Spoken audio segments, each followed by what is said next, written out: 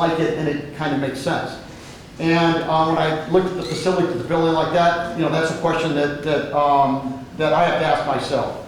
The other one is, are there special circumstances or conditions that they do not result from the actions of the applicant, the owner, or the predecessor of the building or the business that's trying to be occupied? In other words, I need to be very neutral, very clean. I have to look at it very objectively with no other filters. The other question I ask myself is, granting that variance, it shall not ever confer on the applicant, in this case these gentlemen here, any special privilege or an opportunity to a business that they also own within that, or are owned by other businesses within our jurisdiction, Kirby, that they didn't get the same ability to get the variance on. In other words, it's fair. Is this same occupant type other places that they have the same opportunity? The other thing is, granting the variance, does it impact future use of the same building or place a public or fire risk by putting any kind of risk to the public, or certainly to my staff that I get to serve by granting the variance? And then another thing for me, it's I'm crazy transparent. So to me, it has to be imperative that supporting any variance is transparent, it's clean, and is no appearance of favoritism with there must be a compelling reason that a variance would be given by somebody of equal qualifications who is looking at the same situation, same conditions, same everybody, and said, well, sure, that makes sense to me. And that's what a neutral person come to that same answer. So when looking at the building, all that, those are what the factors that I used when I either would support a variance or not support a variance based on these conditions and the fire codes and our capacity. So that's how I come to understand each building, each variance that comes to me in 4 years. Thank you, Chief. And also, there was just something you had mentioned, and there were two of the members weren't on this council. However, there were other opportunities for variances that this council denied the request for. One was in the same vicinity, and it was a 3,300 square foot building, and the other one was on Sabine Road, which was, at that point, was an 1,850 square foot building. At the time, our ordinance said 500 feet, and council thought, that as Kirby developed, there was more land and there would potentially be bigger businesses. So the 2015 code said 5,000 square feet, more than 5,000 square feet. Again, the council made the decision, maybe we should go half that way, because again, keeping in mind what Chief Levy said about the actual manpower of our fire department, so then we went to 2,500 square feet. So that's where the 2,500 square feet is what's in place now, and that was just recently voted on by the previous council. It's obviously you two are now on this council, but I just wanted to give background, and that was just more recent. So I do have a question. On the ceiling, was if the sprinkler system had to be there, that would have to be removed? Mm-hmm. Yeah. So what would have to happen is, first, it's not finished now, so that would all have to be scraped out. So that's what I'm saying. So was that put in place before? Yes. Yes, ma'am. Okay. Yes, ma'am. That's what I was wondering, how we got to that point inside the building at all. Yes, ma'am. Yes, before we knew Yes, that ma'am. there was any Yes, ma'am. requirement. So that would be the other expense too, which is why I know that sprinkler systems are very expensive, but that would be why there's an additional expense, because all of that would have to be removed. Right. It's like remediation. Right. Vince, Monique, I noticed there's 2 stop orders on this float. Can somebody elaborate on why the stop orders were issued? Well, I know the initial stop work order was issued because the variance requirement had not been added to the plans. So this property first received a permit in 2018. And we have the correspondence from September of 2018 when our plan reviewers said, they sent it back and said, you have to put in the sprinkler system per the ordinance. And when they got their permit, at that time, again, it was 500 square feet. And they didn't have the sprinkler in their plan, so it was sent back to add the sprinkler. And then, so as time went along and they kept working, code compliance issued a stop work order because they were moving forward with other items in the building.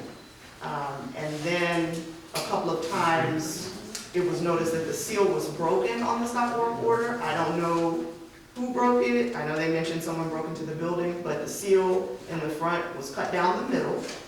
So I actually contacted code compliance to go and reissue that. That particular time, I think our police chief went out. He noticed that the back door was open, so he put a seal on the back door.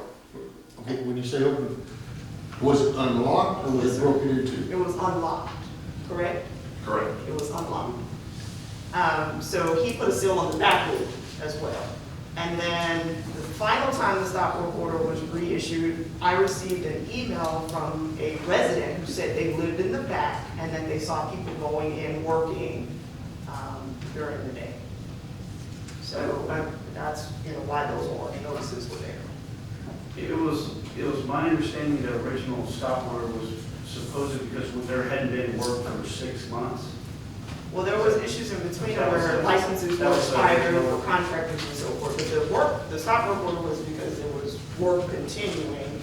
And it could have been a combination of those things, continuing without proper license, but either way, Well, I remember submitting, I'm sorry, to Patty. can you either talk louder or just go to the podium just to make sure that our video, our audio catches it? Thank you. Well, the original stop order I thought was because there was supposedly no work for 6 months, but then I had our contractor in Diego email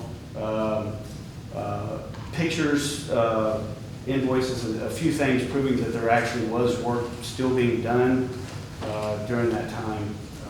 Can you clarify that one? Was it issued because of non-work? I wasn't aware of any other reason why it was originally issued. I don't think you would issue a stop order if you weren't doing anything.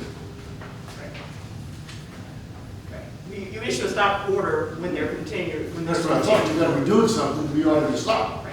Now, So- there could be, like I said, there were instances where contractor licenses may have been expired. That's what I'm looking at. Or if you get a permit is only good for a certain period of time. If there's no work between the date of the time it was issued, then that is no longer good and you're asked to get a new permit. But in that particular case, we would just inform someone that your permit, is expired. or- That actually was the case. I guess some engineers or something thought we weren't, the city engineers or something, we weren't working. And so they're assuming our permits expired because there hadn't been work. And that's why the stop order actually was generated the first time, which we sent in proof that we actually had been continuing to work. Okay, Chief Boyce, if I may ask you, okay, so your stop order stopped what? I just went out to replace the seal on the original stop order. Okay, all right. Once we found out that the seal, the code enforcement officer put the seal on the front door, and then we had heard that they had been working in there on the weekends. City manager asked me to check it out. That's the day I found the two front doors, one of the two back doors unlocked. So just copies or additional seals were put on the two back doors. So it wasn't for a new, it was just a repeat of the original stop order. Gotcha, okay. Now, I have a question. I know, I briefly talked with Mooney. You said that you had pictures showing work that had been additionally done. And I know I also called, but do you have any of those pictures? And the only reason I'm asking is because I'm the one who is in charge of the guys that were working and watching their progress. So I'm not familiar with any progress that has happened because it would have been under my watch. That's number one.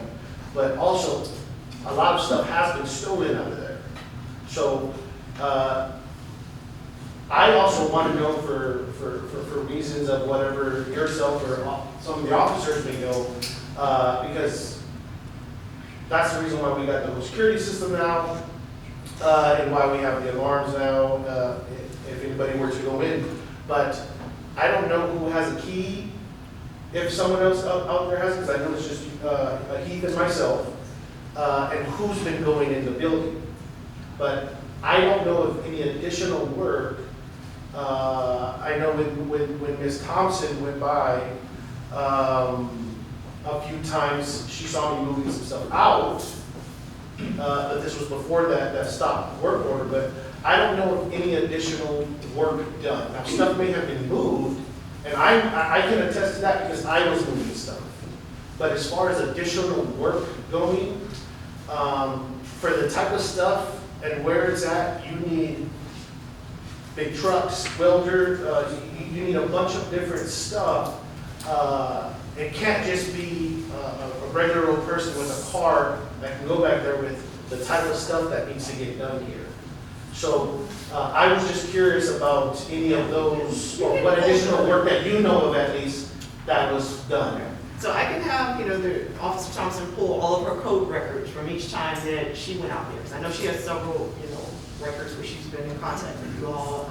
I don't know, did you all ever report the broken door, or did she just do that on her own? I'm sorry, say it again. Broken door. I know the door was broken in the front.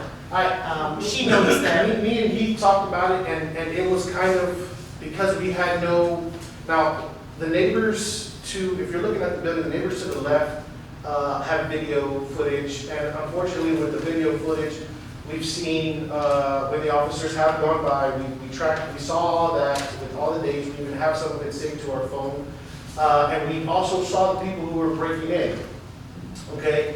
But The police reports were filed for that? I'm sorry, say again. There are No, well, police reports. I was gonna get to why we Oh, did it. So when you look at the videos, it would have done us no justice to report it, because the way the fence is with the neighbors, it's perfectly blocking a license plate. These people wouldn't have been able to have been identified.